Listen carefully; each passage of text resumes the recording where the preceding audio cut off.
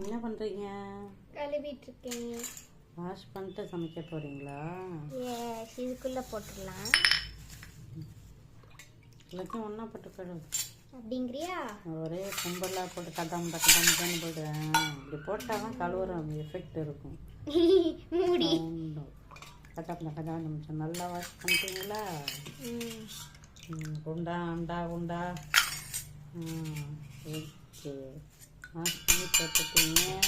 அப்புறம் என்ன பண்ணணும்? அதில் போடுறியா? எஸ். சரி, அப்புறம் என்ன பண்ண போறீங்க? பாலை காய்ச்ச போறோம். சரி,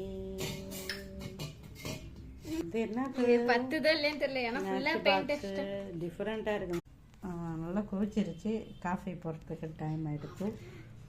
காமிக்க போகிறோம். வாங்கிட்டு வந்தோம். கொதிச்சுப்பா, தட்டெல்லாம் பறந்து போச்சு.